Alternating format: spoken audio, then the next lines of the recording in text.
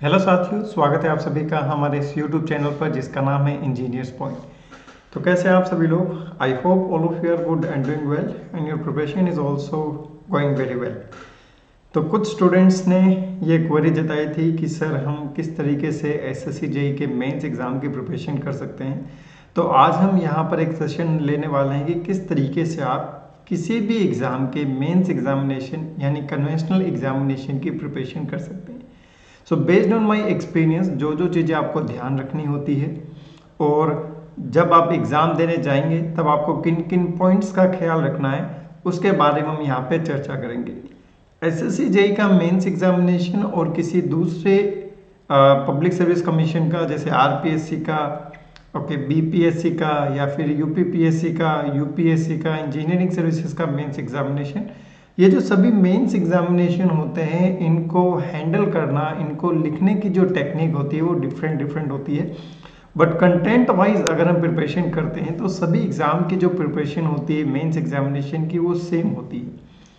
कुछ एग्जाम्स में easy questions आते हैं लेकिन उनको with in very less time period हमें अच्छा कंटेंट प्रोवाइड करने की पर ज़्यादा फोकस रखा जाता है। कुछ एग्जाम थोड़े हार्ड आते हैं जैसे इंजीनियरिंग सर्विसेज का मेंस एग्जामिनेशन, सिविल सर्विसेज के मेंस में टेक्निकल ऑप्शन अगर आप लेते हैं तो वहां पर आपको क्वांटिटी से ज़्यादा क्वालिटी पर भी ध्यान देना पड़ता है कि आपको एक प्रिसाइज स्पेस में आंसर देना होता है। अभी हो क्या रहा है, हाल फिलहाल में जितने भी पब्लिक सर्विस कमीशन के मेंस एग्जामिनेशन है उसमें क्यू कैब फॉर्मेट यूज में लिया जाता है, even also in the SSC JEE mains examination. क्यू कैब का मतलब क्या होता है? क्यू कैब का मतलब होता है क्वेश्चन कम्स आंसर बुकलेट। मतलब आपको एक बुकलेट दी जाएगी, उस बुकलेट में आपके क्वेश्चन लिखे होंगे और उस क्वेश्चन के नीचे आपको एक स्पेस प्रोवाइड कर दिया जाएगा, उसमें आपको अपना जो आंसर है वो वहां पर उसी गिवन स्पेस में लिखना होगा। ठीक है, लिमिटेड स्पेस होगा और उसी लिमिटेड स्पेस में आपको वही चीज लिखनी होगी जो कि आपको आंसर में क्वेश्चन में पूछी जा रही है। आपको इधर उधर की बातें आंसर को ज्यादा अच्छा दिखाने के चक्कर में बिल्कुल भी नहीं लिखनी है। वहां पर आपका नॉलेज टेस्ट नहीं किया जा रहा है, वहां पर यह चेक किया जा रहा है कि आपकी राइटिंग स्किल्स कैसी है। आपसे जो पूछा जाता है वो आप किस तरीके से रिप्रेजेंट करते हैं। अगर हम बात करते हैं एसएससी जेईई के जूनियर इंजीनियर के मेंस एग्जामिनेशन की, काफ़ी अच्छा एग्जामिनेशन है ये। ठीक है, पोस्ट भी इसमें आपको काफ़ी अच्छी मिलती है। इसमें सबसे पहले आपका प्री एग्जामिनेशन होता है 200 मार्क्स का, जो हाल फिलहाल ही अभी पिछले महीने हुआ था। उसके बाद आपका मेंस एग्जामिनेशन होता है। Based on the pre examination students को सेलेक्ट किया जाता है, एक कट ऑफ आती है प्री एग्जामिनेशन की 200 मार्क्स में से। उसके बाद आप मेंस एग्जामिनेशन देते हैं, 300 मार्क्स का मेंस एग्जामिनेशन होता है। और based on the paper 1 objective type, paper 2 mains examination conventional type, 200 plus 300 marks की एक कंबाइंड मेरिट बनती है जिसके बेसिस पर आपको डिपार्टमेंट अलॉट होते हैं। मतलब जितना अच्छा परफॉर्म आप पेपर 1 में करते हैं उतना ही ज़्यादा आपके लिए इजी रहेगा। जितना पेपर 1 में स्कोर करना काफ़ी इजी रहता है क्योंकि ऑब्जेक्टिव क्वेश्चन होते हैं, आपने आंसर टिक किया आपको 1 नंबर मिल जाएगा। वहाँ पे कोई भी हैंड राइटिंग के, कोई भी गलत आंसर के, कोई भी गलत कैलकुलेशन के मार्क्स नहीं कटते हैं। सीधा अगर आपका आंसर सही है, आपका आंसर आता है, you will get the marks. But in conventional थोड़ा लक फैक्टर भी डिपेंड करता है कि आपने अपने आंसर को किस तरीके से रिप्रेजेंट किया है।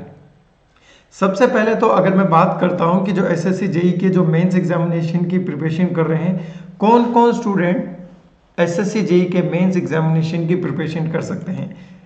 स्टूडेंट्स का ये डाउट रहता है कि सर आंसर की भी रिस्पांस की आ गई है, आंसर की भी आ जाएगी, ऑब्जेक्शन भी हम डाल देंगे, हमारे इतने मार्क्स बन रहे हैं, क्या हमें मेंस एग्जामिनेशन की प्रिपरेशन करनी चाहिए या फिर हमें दूसरे एग्जामिनेशंस में फोकस रखना चाहिए। तो सबसे पहले मैं बात करता हूं मैकेनिकल इंजीनियरिंग के स्टूडेंट्स के लिए। तो जो भी मैकेनिकल इंजीनियरिंग के स्टूडेंट हैं,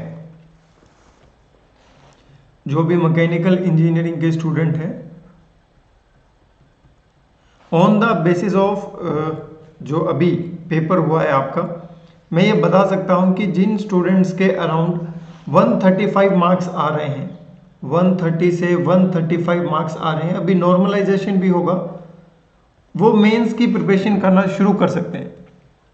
इससे ज़्यादा आ रहे हैं तो डेफिनेटली करेंगे ही करेंगे, लेकिन इस रेंज में भी आ रहे हैं, इवन इंक्लूडेड 130 एंड 135, 130 से 135 की रेंज में जो जिनके भी स्टूडेंट्स के अनरिजर्व्ड कैटेगरी के मार्क्स आ रहे हैं वो मेंस की प्रिपरेशन शुरू कर सकते हैं, और जो रिजर्व्ड कैटेगरी वाले हैं ओबीसी एससी एसटी वाले वो 125 126 के आप आसपास अगर आपके मार्क्स है तो आप मेंस की प्रिपरेशन शुरू कर सकते हैं।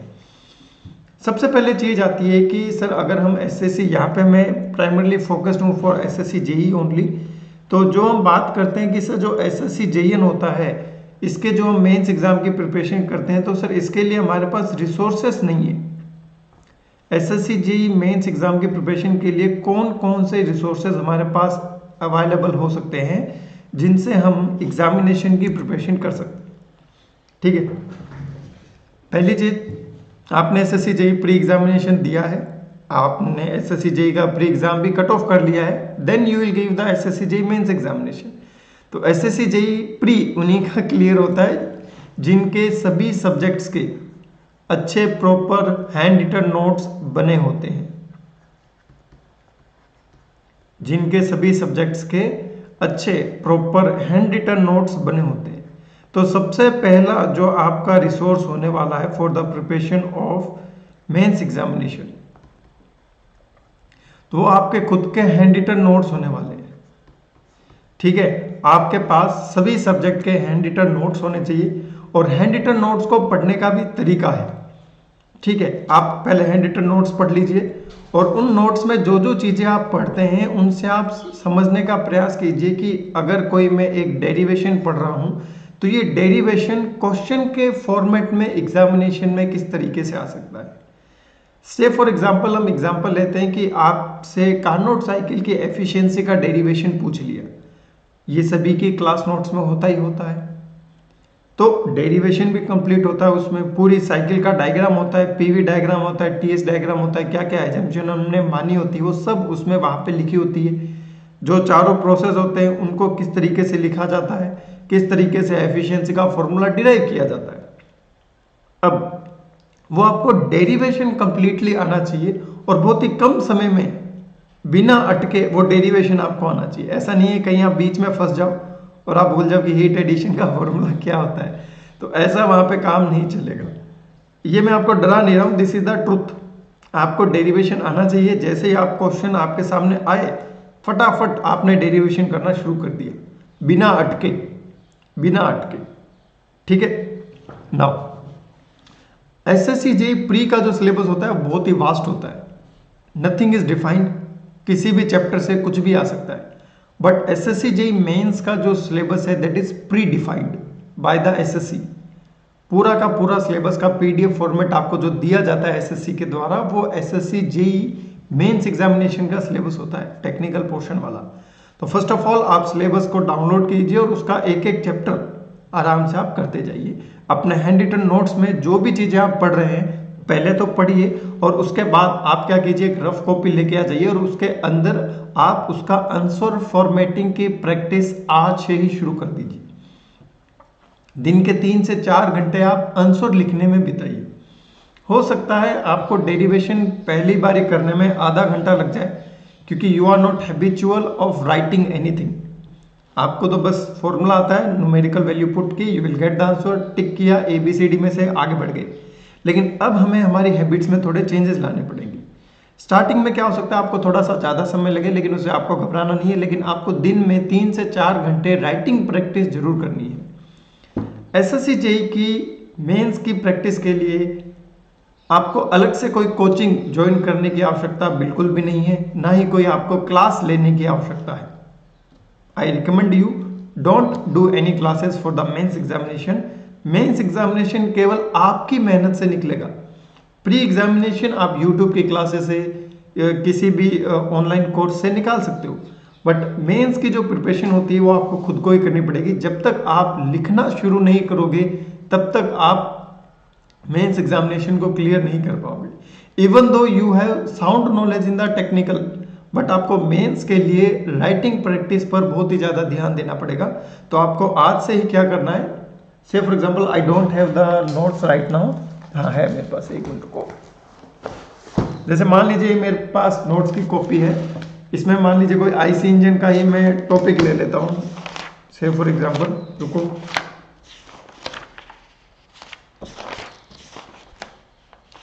हाँ जी देखिए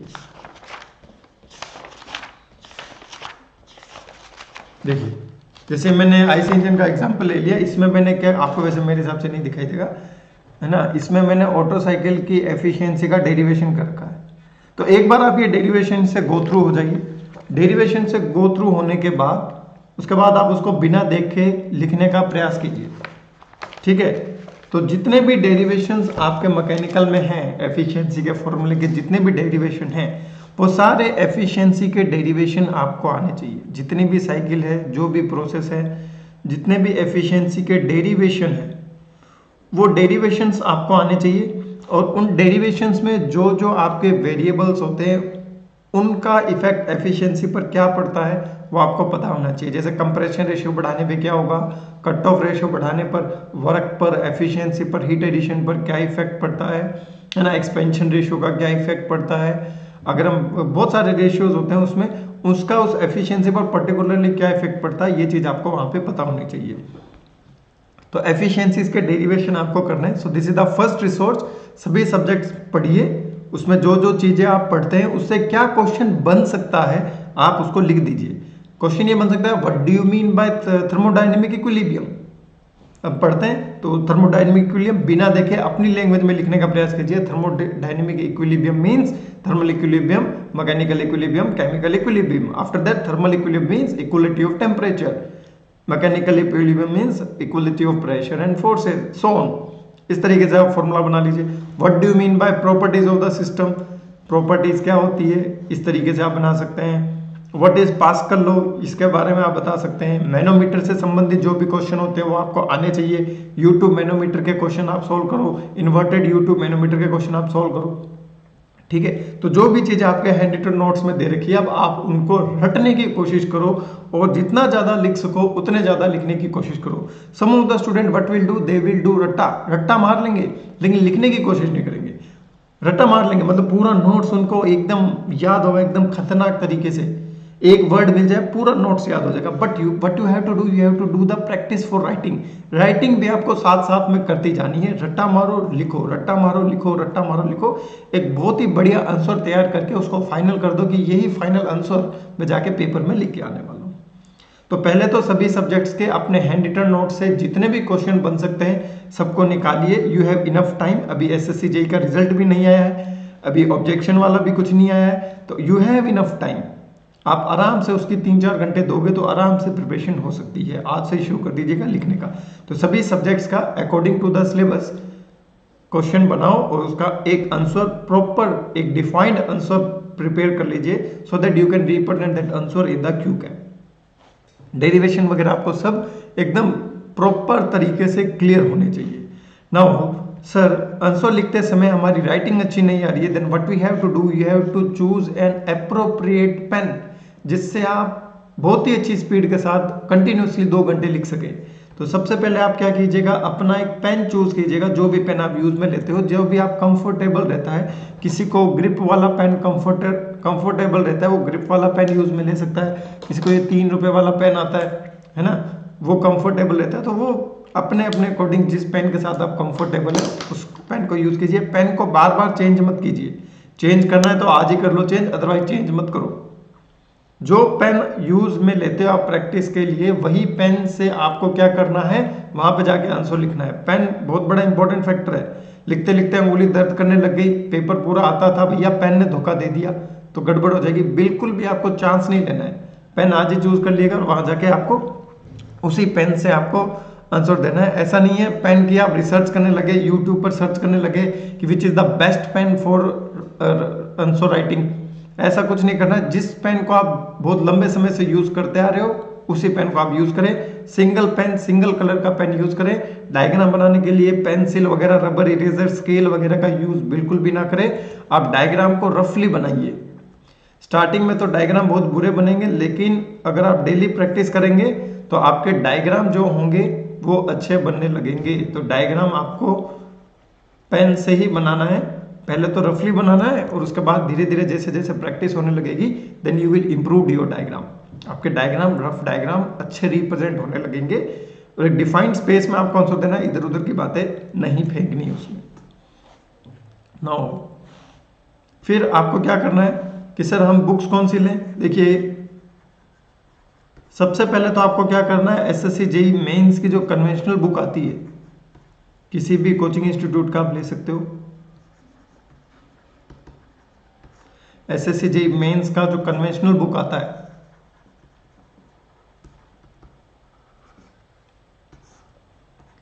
ठीक है, मेडीजी का, आईएएस मास्टर का, ठीक है, इनका बुक ले सकते हो आराम से। उनमें जो भी प्रीवियस ईयर क्वेश्चन दे रखे हैं उनको 5 से 6 बार लिखो, ठीक है। आई मीन थर्मोडायनेमिक्स के मान लीजिए 15 क्वेश्चन आए हुए हैं प्रीवियस ईयर्स में, तो उन 15 क्वेश्चन को एक बार देख के लिख लो आंसर्स को, और उसके बाद बिना देखे उन आंसर की प्रैक्टिस करो अपनी खुद की लैंग्वेज में। तो दिन के आपको 3 से 4 घंटे इन्हीं में बिताने, तो आप एसएससी जेईई के मेंस की कन्वेंशनल की जो प्रैक्टिस है वो वहाँ पे कर सकते हो। इंजीनियरिंग सर्विसेज की कन्वेंशनल के प्रैक्टिस करने की आवश्यकता आपको एसएससी जेईई मेंस के लिए बिल्कुल नहीं है। इंजीनियरिंग सर्विसेज की जो आपकी मेंस की जो प्रिपरेशन है, ठीक है, वो आप अपने स्टेट के पब्लिक सर्विस कमीशन के मेंस के लिए कर सकते हो। जो आपका स्टेट पब्लिक सर्विस कमीशन का जो मेंस होता है एएनयू का, ठीक है, उसमें आप इंजीनियरिंग सर्विसेज मेंस में पूछे गए प्रीवियस ईयर क्वेश्चन को लगा सकते हो। हाँ, अगर आपको इंजीनियरिंग सर्विसेज मेंस लगाने ही हैं तो इसमें ध्यान रखिएगा, न्यूमेरिकल को बिल्कुल मत छूइएगा। इसमें आप जो डिफरेंट डेरिवेशंस होते हैं और जो थ्योरी होती है उन प्रश्नों को आप हल कर सकते हो। जो डेरिवेशंस होते हैं, जो थ्योरी होती है, उन प्रश्नों को आप हल करके प्रैक्टिस कर सकते हो, ठीक है। तो ये आपके पास रिसोर्सेज होने चाहिए, सभी सब्जेक्ट्स के नोट्स होने चाहिए, उनको याद कीजिए, लिखिए। लिखने का समय, रिवीजन का समय इज डिफरेंट। लिखने में आपको 3-4 घंटे बिताने हैं, बाकी समय आपको क्या करना है, रिवीजन करना है। Number of times revision revision revision revision, जितना बार उनको देखोगे उतना बार याद हो जाएगा। जैसे हम बचपन में 8th क्लास का, 9th क्लास का, 10th क्लास का बोर्ड का एग्जाम देने जाते थे, उस टाइम होता क्या था, हम आंसर को याद करते थे। In the same format you have to learn the answer. आपको ठीक उसी तरीके से बचपन में जैसे आप पढ़ते थे वैसे ही आपको पढ़ना है, पूरा पूरा डेफिनेशन आपको अच्छे तरीके से याद करना है, ठीक है।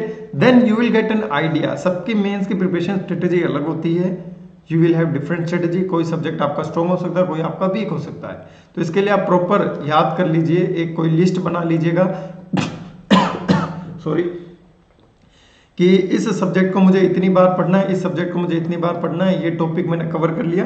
तो एक प्रॉपर आप उसकी लिस्ट बनाइएगा। सबसे बेस्ट थिंग क्या है, सबसे बेस्ट थिंग है to do list banana.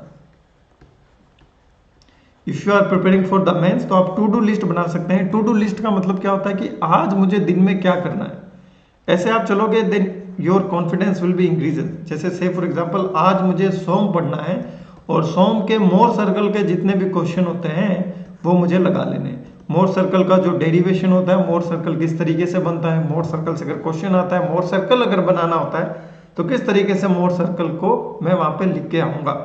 Principal stresses, principal strain के जो क्वेश्चन होंगे वो सारे के सारे यहाँ पर आपके आज के दिन में कवर हो जाने चाहिए। तो ये तो हो गया आपका आंसर राइटिंग का, ठीक है, कि मुझे आज इन टॉपिक्स की आंसर राइटिंग करनी है ना। Now come to the next कि मुझे रिवीजन करना है। जैसे से फॉर एग्जांपल आज आपने सोम पढ़ा है, कल आपने थर्मोडायनेमिक्स पढ़ा होगा पिछले दिन में, तो आप क्या कर सकते हैं कि आज मुझे थर्मो का क्या करना है, रिवीजन करना है, और पूरा थर्मो सब्जेक्ट मुझे 2 घंटे में एक बार गो थ्रू कर लेना है, ठीक है।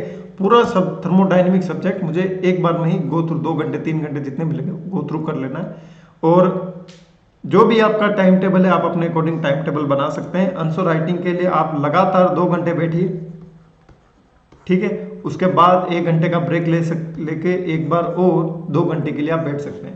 तो एक बार तो आपको सारे ऐसे आंसर राइटिंग की प्रैक्टिस कर लेनी है। ऐसा चीज आपको चलाना है लगभग 1 महीने के लिए। 1 महीने के लिए आपका यही रूटीन होना चाहिए कि मैंने आंसर राइटिंग की और मैंने रिवीजन किया, आंसर राइटिंग की, मैंने रिवीजन किया। 1 महीने होने के बाद आपको क्या करना है, देखो आपको क्या करना है, एसएससी जेईई के मेंस की जो टेस्ट सीरीज है वो ज्वाइन कर लेनी है।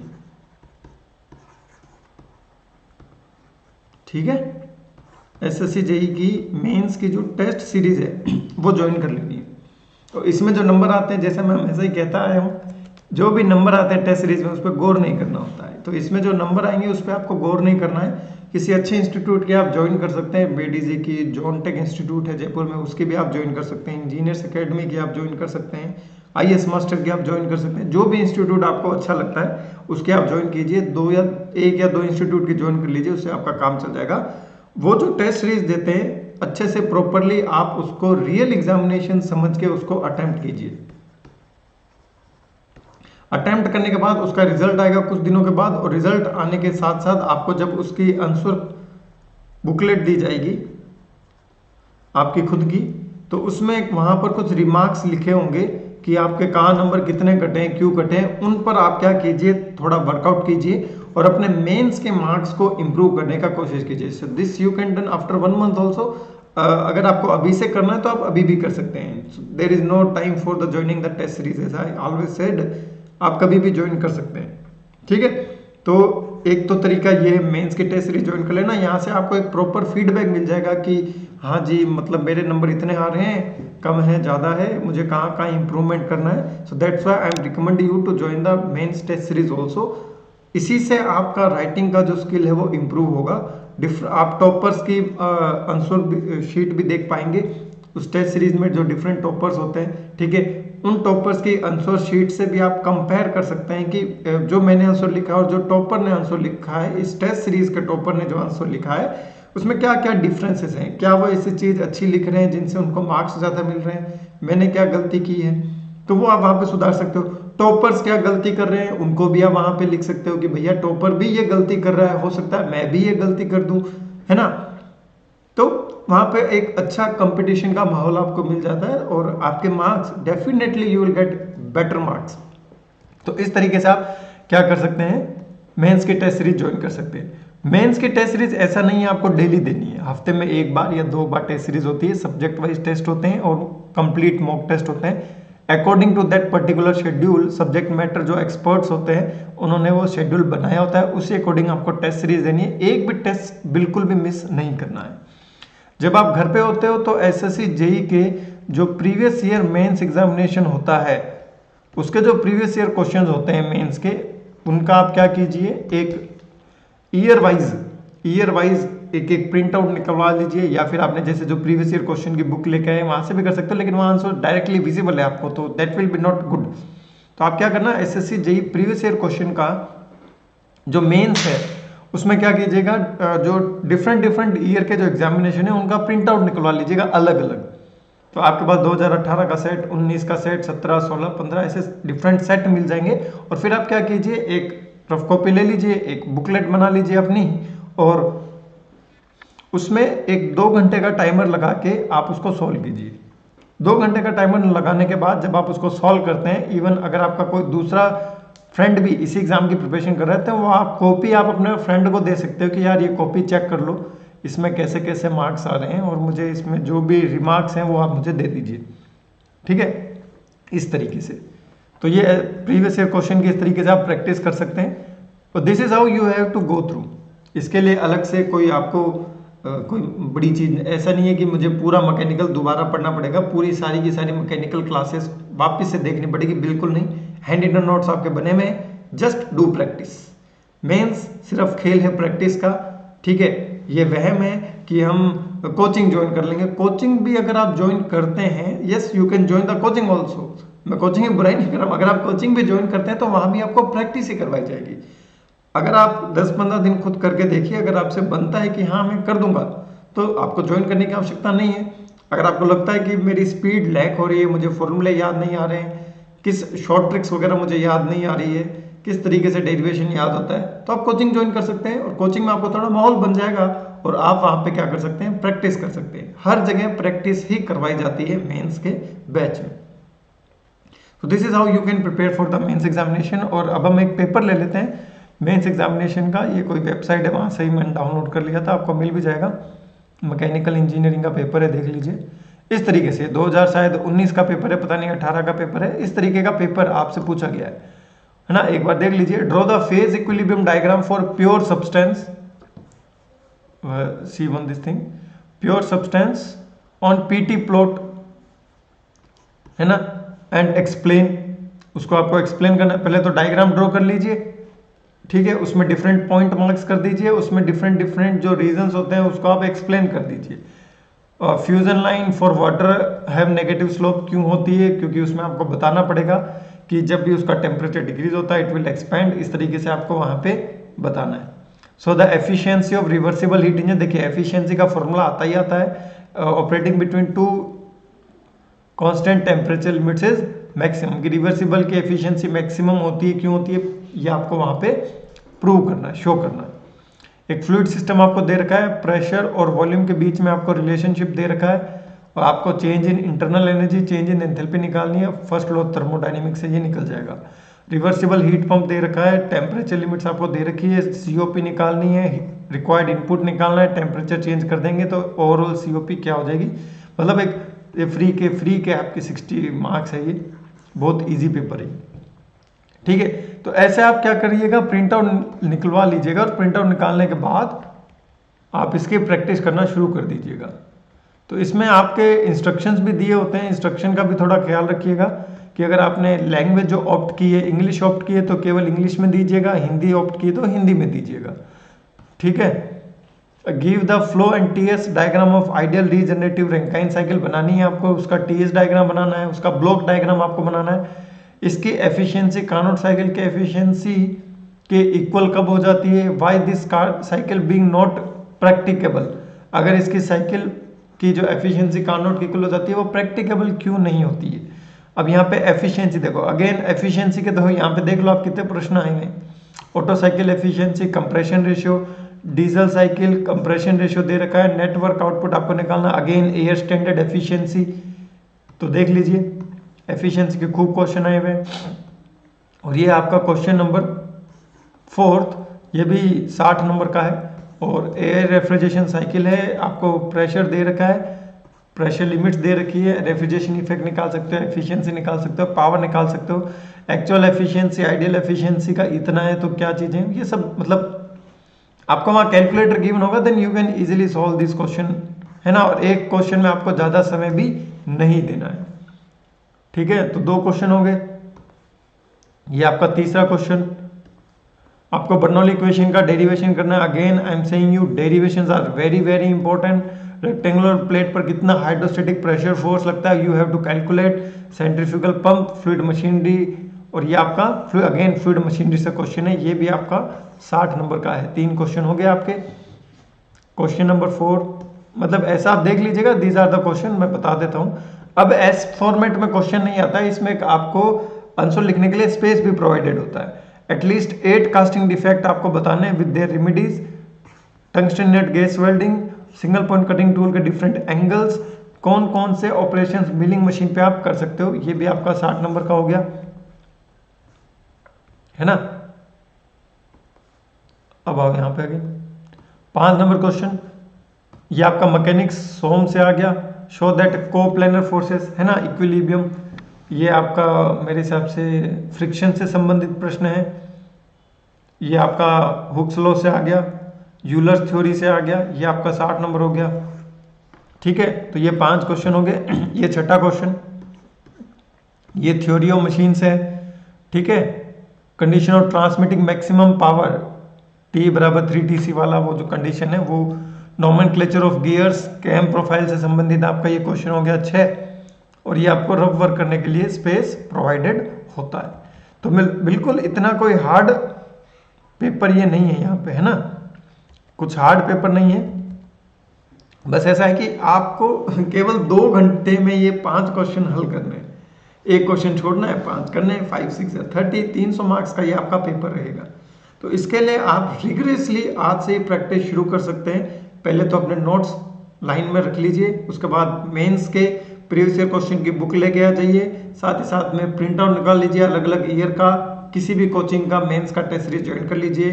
2 महीने तक ये अच्छे से प्रैक्टिस कीजिए, आपका सिलेक्शन 101% होगा अगर आप कंसिस्टेंसी मेंटेन करते हैं। सबसे इंपॉर्टेंट है कंसिस्टेंसी, कोई भी डाउट होता है मेंस के रिगार्डिंग कि सर क्या क्या चीजें पढ़नी है क्या नहीं पढ़नी है, पहले सिलेबस डाउनलोड कीजिए, प्रीवियस ईयर क्वेश्चन का एनालिसिस कीजिए, you will get an idea क्या क्या टॉपिक्स पढ़ने हैं क्या टॉपिक्स नहीं पढ़ने। क्वेश्चन रिपीट्स होते हैं, बिल्कुल रिपीट होते हैं, लेकिन पहले आपको प्रैक्टिस करनी आनी चाहिए कि आपको खुद को पता लगने लगेगा कि यार यहाँ से क्वेश्चन क्या बन सकता है, फर्स्ट लॉ थर्मोडायनेमिक्स से क्या क्वेश्चन बन सकता है। जब आप अच्छी प्रैक्टिस कर लेंगे then you will be able to know which type of question will come in your examination. ठीक है, तो इसी के साथ मैं सेशन को वाइंड अप करता हूं। See you in the next session guys, bye bye, take care, love you all, जय हिंद, जय भारत।